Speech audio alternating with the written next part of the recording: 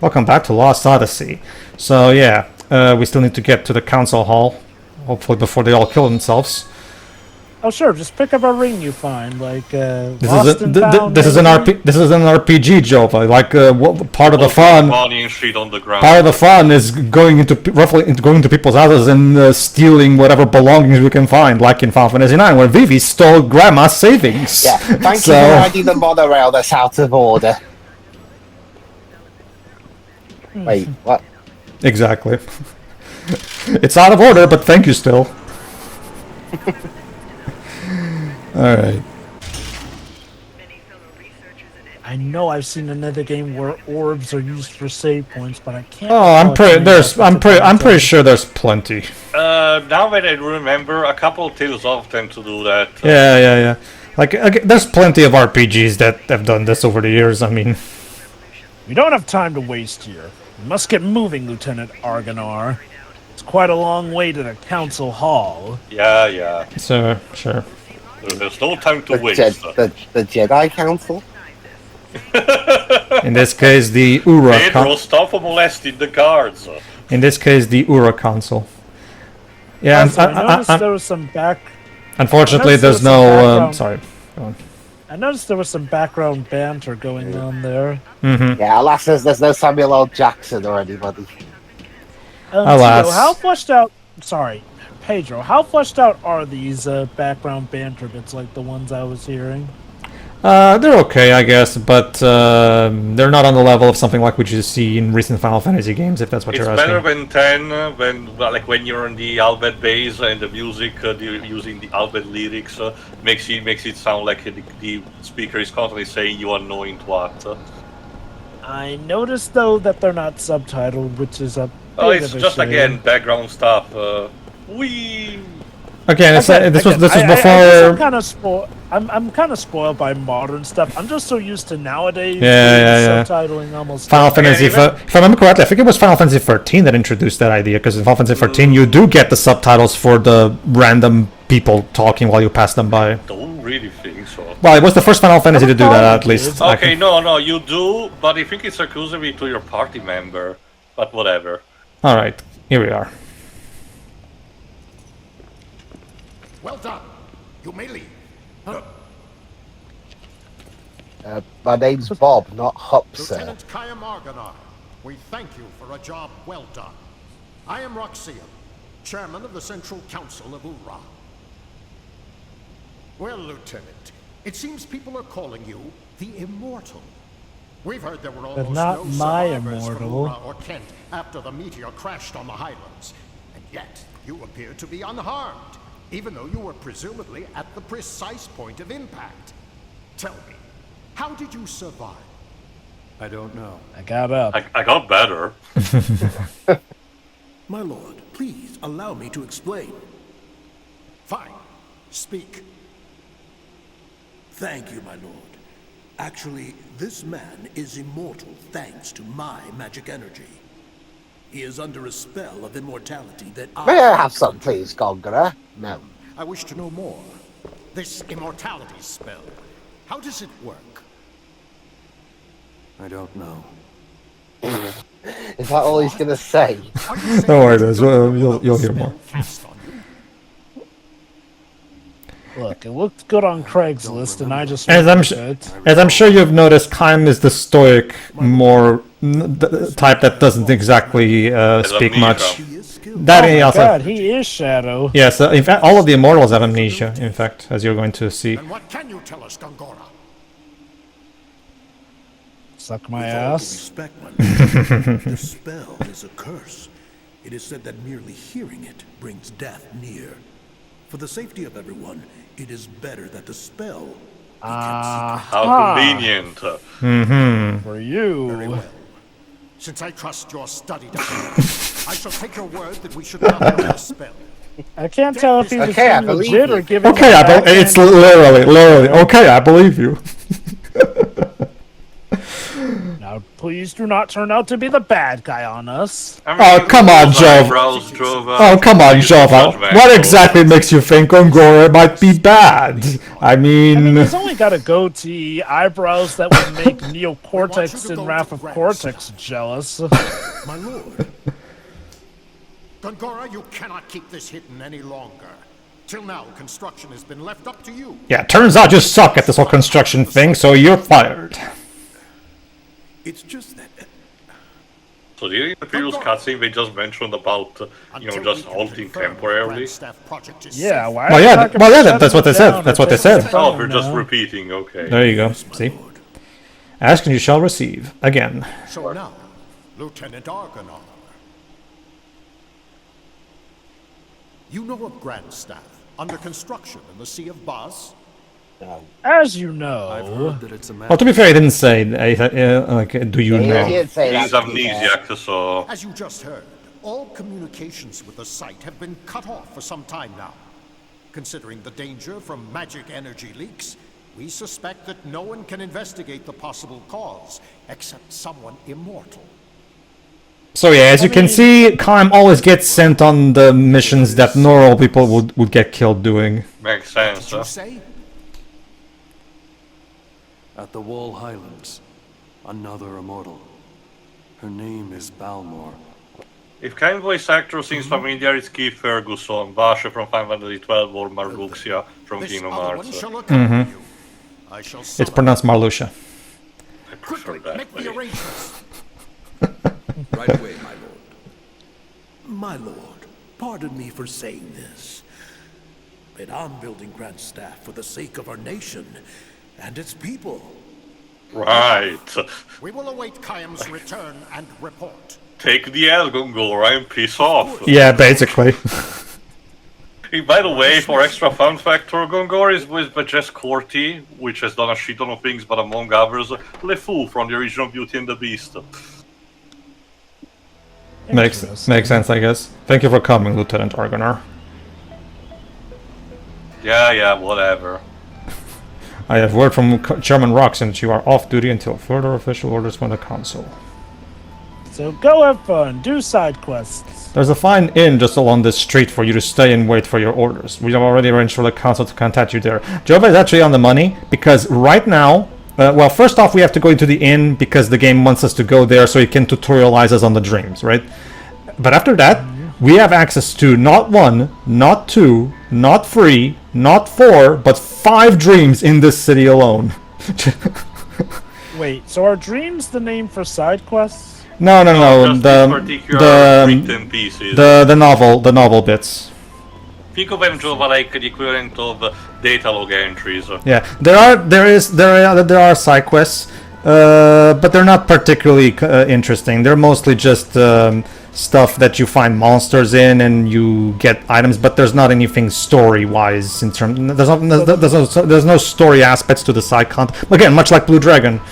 So So essentially, the major side content is the dreams, which Yeah. of course you have to hunt down. you can and tell, collect. yeah, you can tell they put all of their effort story-wise into the dreams, side content-wise. Which I guess it makes sense. It is one of the big features of the game. So Are there like any engaging side quests, or do they Well, really just? okay, I know follow there is them? one that involves fighting the joke enemies, the equivalent of, say, the Thornberries in this game, but I don't know if Pedro shows that or not. not particularly. Oh. Okay, so that's it. I was just checking the stores, and here's the Are you end. showing up any side quests this playthrough, or are none of them? Well, worth it? technically I am by showing the dreams. Oh, You know what cutscene. Jova is asking about. And now, Sure. counselors, I propose that Gongora be removed from Grandstaff Project. That is Jesus. Transferred to this council. My lord, In addition, until Lieutenant Argonar completes his investigation, I propose that Gongora be confined to his residence. Wow, things went south for Gongora in like the span of 1 hour. What happened, council leader? Did you wake up with Did you wake up in a bad mood or something? Jeez. I guess maybe somebody hit him with the clue stick on how Gongora's giving off bad guy vibes. I see. There are no objections. More like, yeah, well, to be fair, Job, for the purpose of the story, outside of Kaim's success, he has appeared as incompetent. Because, you know, what happened with the magic discharge due to grand stuff. So, it kind of makes sense. True. Yeah, basically. I mean, yeah, given how Oh you boy, kind of here we go. Into deep sleep. His dream unfolds, for you to read. or his past.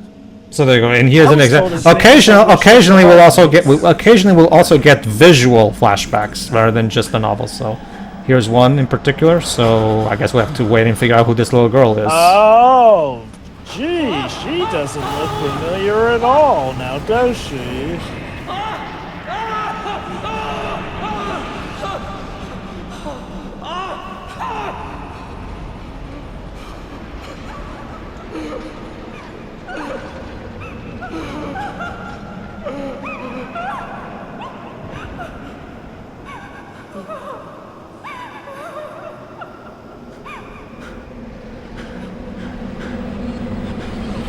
Hey, that's the girl from the intro. Well, one of the intros.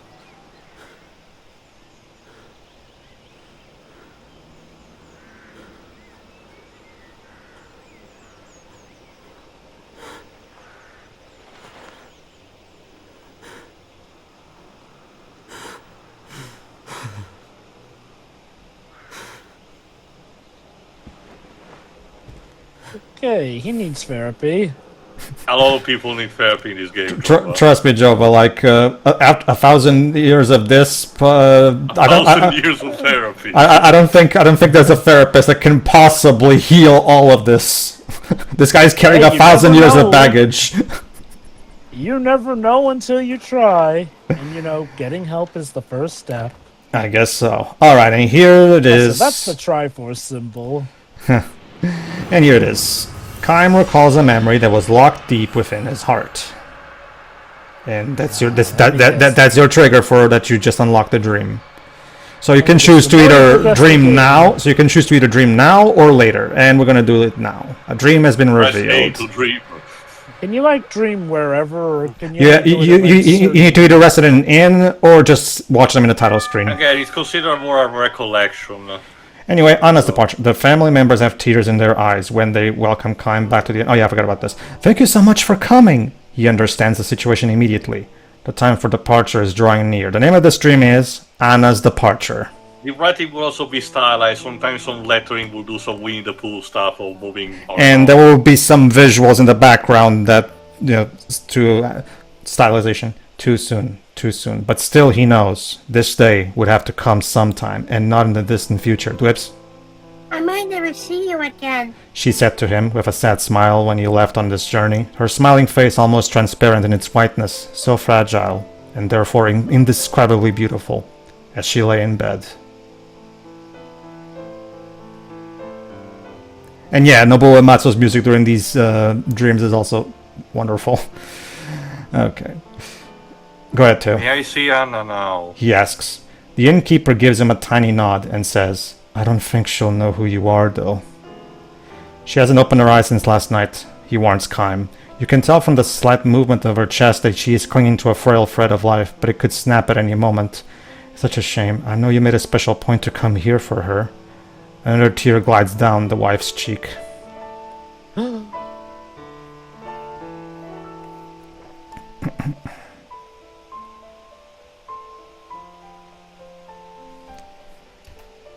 Beautiful piano playing. And well, it's Nobuo Uematsu. I mean, that's just like...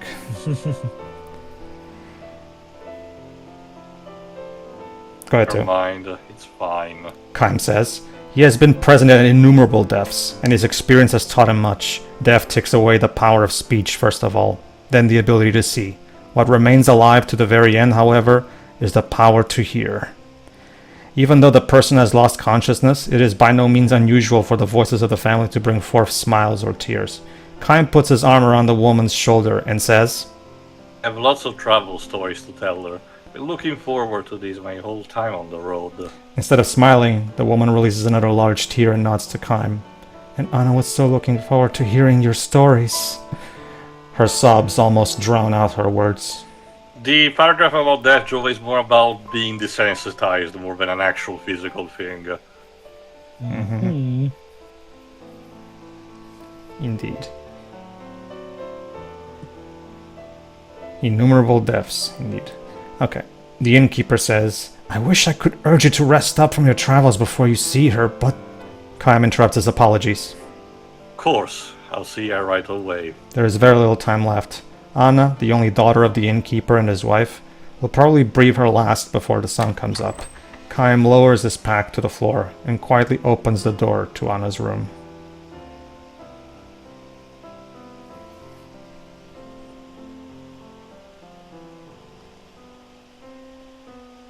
Hanna was frail from birth.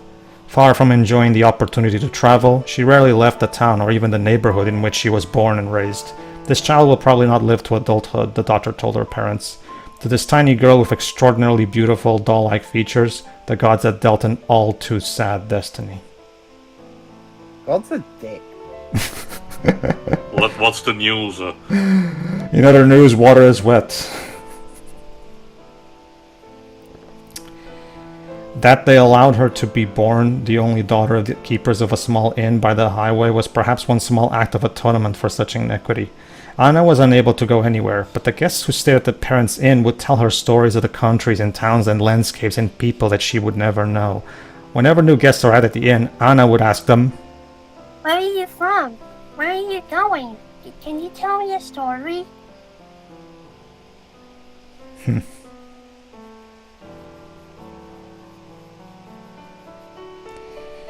She would sit and listen to their stories with sparkling eyes, urging them onto new episodes with... And then? When they left the inn, she would beg them. Please come back and tell me lots and lots of stories about faraway countries. She would stand there waving until the person disappeared far down the highway, give one lonely sigh, and go back to bed. Shit. She had a bit of a potty mouth. Anna's too pure for that, though.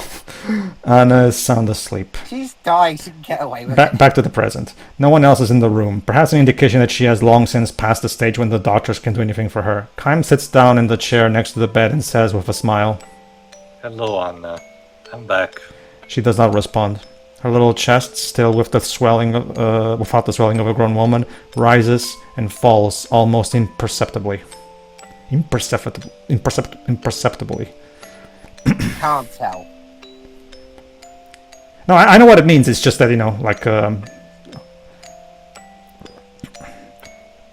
ahead, I Tim. went far across the ocean this time. He tells her. The ocean on the side, where the sun comes up. I took a boat from the harbor way far beyond the mountains you can see from this window. I was on the sea from the time the moon was perfectly round, till it got smaller and smaller and then bigger and bigger, until it was full again. It was nothing but ocean as far as the eye could see. Just the sea and the sky. Can you imagine it, Hanna? You've never seen the ocean, but I'm sure people have told you about it. It's like a huge, big, endless puddle. Kaim chuckles to himself, and it seems to him that Anna's pale white cheek moves slightly.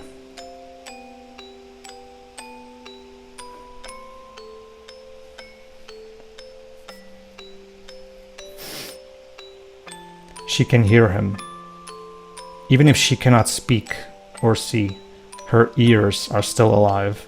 Believing and hoping this to be true, Kaim continues with the story of his travels. He speaks no words of parting. As always with Hanna, Kaim smiles with a special gentleness that has never shown to anyone else, and he goes on telling his tales with a bright voice, sometimes even accompanying his story with exaggerated gestures. He tells her about the blue ocean. He tells her about the blue sky. He says nothing about the violent sea battle and stained the ocean red. He never tells her about those things, obviously to preserve her innocence and purity.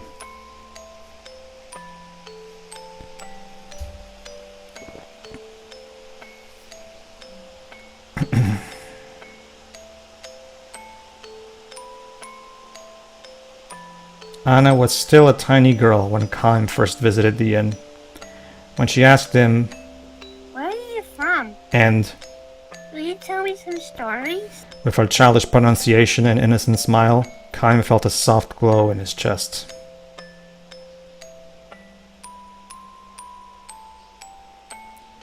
At the time, he was returning from a battle. More precisely, he had ended one battle and was on his way to the next. His life consisted of traveling from one battlefield to another, and nothing about that has changed to this day. He has taken the lives of countless enemy troops and witnessed the deaths of countless comrades on the battlefield. Moreover, the only thing separating enemies from comrades is the slightest stroke of fortune. Yep. Had the gears of destiny turned in a slightly different way, his enemies would have been comrades and his comrades' enemies. This is the fate of the mercenary. Obviously, yep.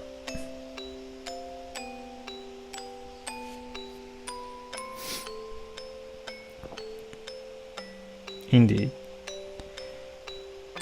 Imagine being a mercenary that lives for this long and says all And to this. look up, you know, making friends like, you know, someone will make a retirement plan. He was spiritually worn I will down say- back then and feeling unbearably lonely. As a possessor of eternal life, Kaim had no fear of death, which was precisely why each of the soldiers' faces distorted in fear, and why each face of a man who died in agony was burned permanently into his brain. Ordinarily, he would spend nights on the road drinking, immersing himself into an alcoholic stupor, or pretending to. He was trying to make himself forget the unforgettable. When, however, he saw Anna smile as she begged him for stories about his long journey, he felt a far warmer and deeper comfort than he could ever obtain from liquor. Also, that's I wonder, literally as an me immortal- after Fairy Fence Rise. Yes, Jova? As an immortal, does he also have a special metabolism that doesn't even allow him not to get Captain drunk America, like the Jova, Flash? sorry. I think he can still get drunk. His metabolism Yeah. is still working normally, it's just that he doesn't die. I think so, at least. Because of living longer and regenerating wounds. He told her many things about a beautiful flower he discovered on the battlefield, about the bewitching beauty of the mist filling the forest the night before the final battle, about the marvelous taste of the spring water in a ravine where he and his men had fled after a losing battle, about a vast, bottomless blue sky he saw after a battle. He never told her anything sad. He kept his mouth shut about the human ugliness and stupidity he witnessed endlessly on the battlefield. He concealed his position as a mercenary from her, kept silent regarding his reasons for traveling constantly, and spoke only of things that were beautiful and sweet and lovely. He sees now that he told Anna only beautiful stories of the road like this, not so much out of concern for her purity, but for his own sake. Oh, okay.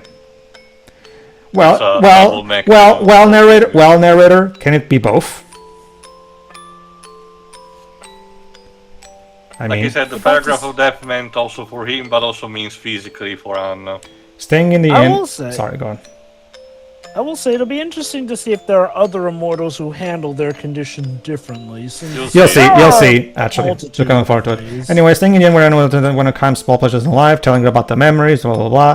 5 years, 10 years, his friendship with the girl continued. Little by little, she neared adulthood, which meant that, as the doctors had predicted, each day brought her that much closer to death. Obviously. But she was still alive in a sense, I guess. Well, sick nonetheless, Jova. He felt some degree of salvation from telling her these things. And now, Kaim ends the last travel story he will share with her. He can never see her again. He can never tell her stories again. Before dawn, when the darkness of night is at its deepest, long pauses enter into Hanna's breathing.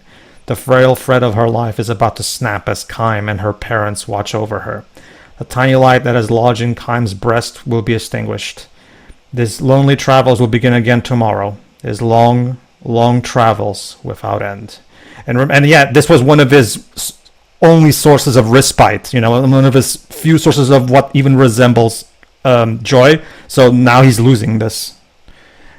You'll be leaving on travels on your own soon, Hanna. Kaim tells her gently.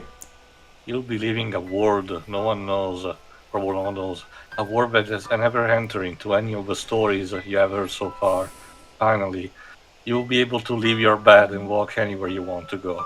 You'll be free. He wants her to know that death is not sorrow, but a joy mixed with tears. It's your turn now. Be sure and tell everyone about the memories of your journey. Her parents will make that same journey someday. And someday Anna will be able to meet all the guests she has known at the inn, far beyond the sky.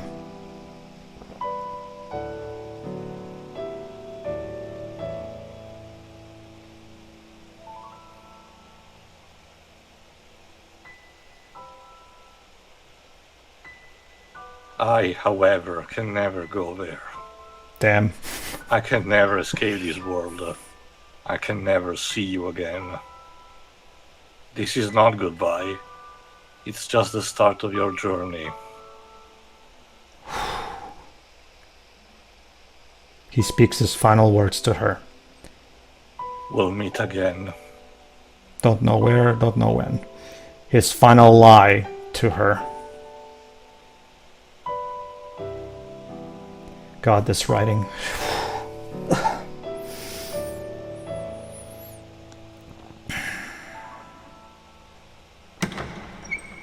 Good stuff. Hanna makes her departure. Her face is transfused with a tranquil smile, as if she has just said, "See you soon." See you soon. Sorry, yeah. Her eyes will never open again. A single tear glides slowly down her cheek. Get what they were The going for, but end. having the word tear fall in like that kind of seems a bit comical. Goodbye, Alright, and now let's... No, I don't want to see the tutorial again, please. No. Alright, so after that... It's just a tutorial. So Jesus that was the so after that big ball of depression, let's get back. So Kaim's mind is filled with lost pieces of past memories. Certain sites or conversations can bring these memories back. To view episodes from 1,000 Years of Dreams again, rest at any inn or bed, or select them from the start menu. You can view these episodes at any number of times. So if you want to get depressed, here you go. Here's your depression simulator. Not every single one of them will be this tragic, but that's the general tone that you can expect. Well, that's one thing I'm wondering. If what the game will do is show us different perspectives, or at the very least, different takes, ranging from, God, this is sad, to, in retrospect, maybe there is happiness to be found in this. Again, Drova, you might as well wait until the end of the game for an answer to that. Did you sleep well? No messages for you yet, I'm afraid. Yeah. Unfortunately, I have not, because I keep having nightmares about the traumatic event from my past, and I also just remind myself that I lost one of my best friends that I used to talk to. So, no, I did not. It's been a bit of a bummer, is it, sir? By the way, feel free to use any of the items you find here. They're yours as much as there are. Oh, there you go, too. An actual in-store justification that I can steal these people's items. To be fair, considering I'm technically financed by the government as a special agent, I kinda... Alright, now we're gonna meet one of my favorite characters. You never guess also what his voice actor will be, if I recall correctly. Sam Riegel? No, you'll hear soon enough, Drova. Isa, okay, well, actually... No, okay. Basically, I was checking. I was just checking something, and now I'm actually going to go there. Oh no, it's about to happen. Okay. It'd be interesting if I got Tom Kenny. This guy's very cyclic. All right, here we go. Sorry. Look out. Sorry, miss. Dude.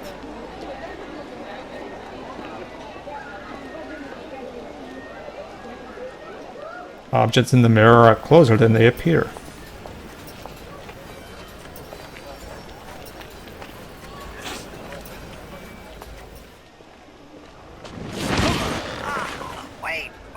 Wait, let go! My throat! Damn! Why are you following me? You're Kaim Argonar! I mean, Lord Gungor asked me to do it! It's the truth! Do I'm supposed what? to tell you to go to his manor. He has something important to tell you. He is literally just a messenger. You are? Jansen, messenger for Lord Gungora. At your service. He is voiced by Michael McGahard, aka Knuckles from Adventure 1. Yep. Wow. Well, he got something after that game at least. Well, that's the thing though. He's like the most boring, unemotional Knuckles in that game. Which is funny because Jensen's entire role in this game is to be the comic relief character in order to try to be the bit of brief And levity and in here's the a story. and here's a fun bit of trivia. He got the developers allowed him, because remember, this is not the English voice acting is not a dub, it's the default one. The Japanese voices are the ones that are the dub. The developers actually allowed him to improvise a lot of his dialogue, actually. Interesting. So it's actually pretty cool. Alright, Wow. go on. I was not expecting to see him pop up since, I really don't know much of his career outside of Knuckles, because he has done some As minor far- video games, like, well, he was one character in Burning Rangers.